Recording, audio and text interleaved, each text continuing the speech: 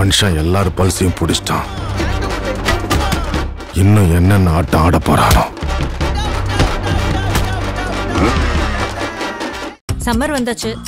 What's your plan for this holiday? எங்க கிட்ட விட்டுருங்க, நாங்க பாத்துக்கிறோம். GT Holidays. GT Holidays, South India's #1 travel brand. தமிழ்நாட்டுல கிரைனட் முறைகேடுக வெளிச்சத்துல கொண்டு வந்த முன்னாள் IAS அதிகாரி சகாயத்திற்கு ஏன் போலீஸ் பாதுகாப்பு கொடுக்கல அப்படின்னு மதுரை மாவட்ட நீதிமன்றம் கேள்வி எழுப்பியிருக்கு. ஓய்வு பெற்ற IAS அதிகாரியான சகாயம் நாமக்கல், மதுரை போன்ற மாவட்டங்கள்ல கலெக்டராகவும், சகாயம் IAS லஞ்சம் தவிர்த்து நெஞ்சம் நிமிர்த்து அப்படிங்கிற கொள்கையை பின்பற்றி வாழ்றவரு நாமக்கல் அப்புறம் மதுரை உள்ளிட்ட பல மாவட்டங்கள்ல நேர்மையான ஆட்சியாளரா பணியாற்றி இருக்காரு. அவரோட பணிக்காலத்துல பலமுறை இடமாற்றம் செய்யப்பட்டதோட கிரைனட் முறைகேடு தொடர்பான விசாரணை அவரு முக்கிய பங்கு வகிச்சிருக்காரு.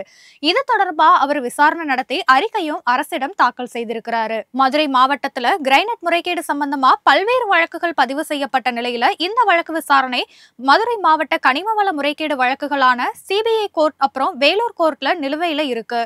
இந்த வழக்குகள்ல பல்வேறு முக்கிய பிரமுகர்களும் சேர்க்கப்பட்டு இருக்காங்க. இந்த வழக்குகள் தொடர்ந்து விசாரிக்கப்பட்டு வர நிலையில கிரைனட் முறைகேடு சம்பந்தமா விசாரணை அதிகாரியா IAS அதிகாரி சகாயம் நியமிக்கப்பட்டாரு. இது தொடர்பா அவர் விசாரணை நடத்தி அறிக்கையையும் தாக்கல் செய்திருக்கிறாரு. கடந்த 2014 வருஷம் அவரு குவாரியில நடந்த ஒரு சட்டவிரோத செயல்பாடுகளை பற்றி விசாரிக்க நீதிமன்றத்துல சிறப்பு அதிகாரியா நியமிக்கப்பட்டாரு.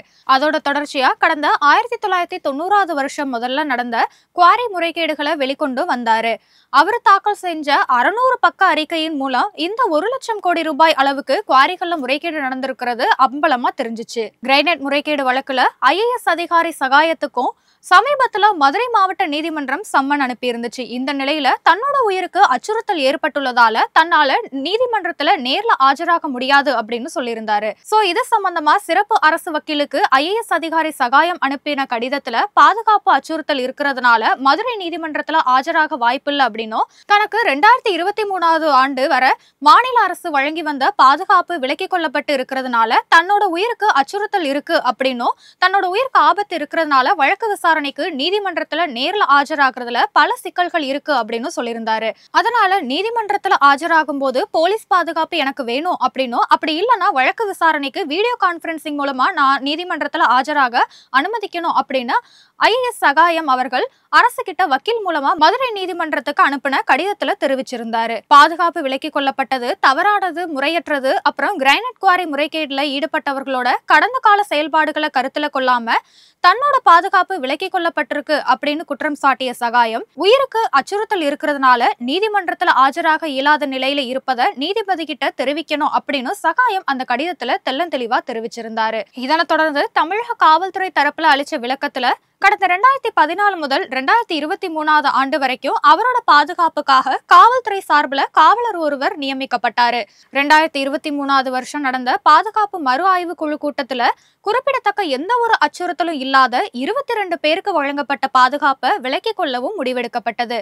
அதோட அடிப்படையில சகாயத்துக்கு வழங்கப்பட்ட பாதுகாப்பும் விலக்கிக் கொள்ளப்பட்டுருச்சு. அதனால நீதிமன்றத்துல எந்தவித பயமும் இல்லாம சாட்சியங்களை அளிப்பதற்கு ஏதுவா ஓய்வு பெற்ற IAS அதிகாரி சகாயத்துக்கு போதிய பாதுகாப்பு கண்டிப்பா வழங்கப்படும் அப்படின்னும் தெரிவிக்கப்பட்டது. இந்த நிலையில சம்பந்தப்பட்ட வழக்கு மதுரை மாவட்ட நீதிமன்றத்துல தலைமை நீதிபதி லோகேஸ்வரன் முன்பு மீண்டும் விசாரணைக்கு வந்தபோது IAS அதிகாரி சகாயம் நீதிமன்றத்துல ஆஜராகவே இல்லை. இதடுத்து அந்த வழக்கை விசாரிச்ச நீதிபதி IAS அதிகாரி சகாயத்துக்கு ஏன் போலீஸ் பாதுகாப்பு கொடுக்கவே இல்லை அப்படின்னு கேள்வி எழுப்பினாரு. அதுக்கப்புறம் நீதிபதி அவருக்கு போலீஸ் பாதுகாப்பு வழங்கப்படுமா, இல்ல அப்படி இல்லைன்னா மத்திய பாதுகாப்பு படையோட பாதுகாப்பு வழங்க உத்தரவிட நேரிடும் அப்படின்னு எச்சரிச்சாரு. இந்த வழக்கு விசாரணையை அவரு ஒத்தி வச்சாரு அப்பவே. இதனை தொடர்ந்து தமிழக DGP சங்கர் ஜிவால் சகாயம் IASக்கு போதிய பாதுகாப்பு அளிக்கப்படும் அப்படின்னும், அவரு எந்த ஒரு பயமுமே இல்லாம கோர்ட்டுக்கு வந்து சாட்சி சொல்லலாம் அப்படின்னு உறுதியளிச்சாரு.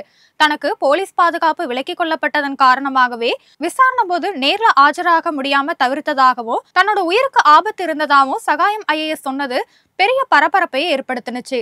சகாயம் IAS மீண்டும் விசாரணைக்கு நேரில் ஆஜராகாத நிலையில அவருக்கு காவல்துறை பாதுகாப்பு வழங்காததற்கு நீதிபதி அதிருப்தி தெரிவிச்சது தமிழக அரசியல்லையும் பெரிய பரபரப்பை ஏற்படுத்தியிருக்கு.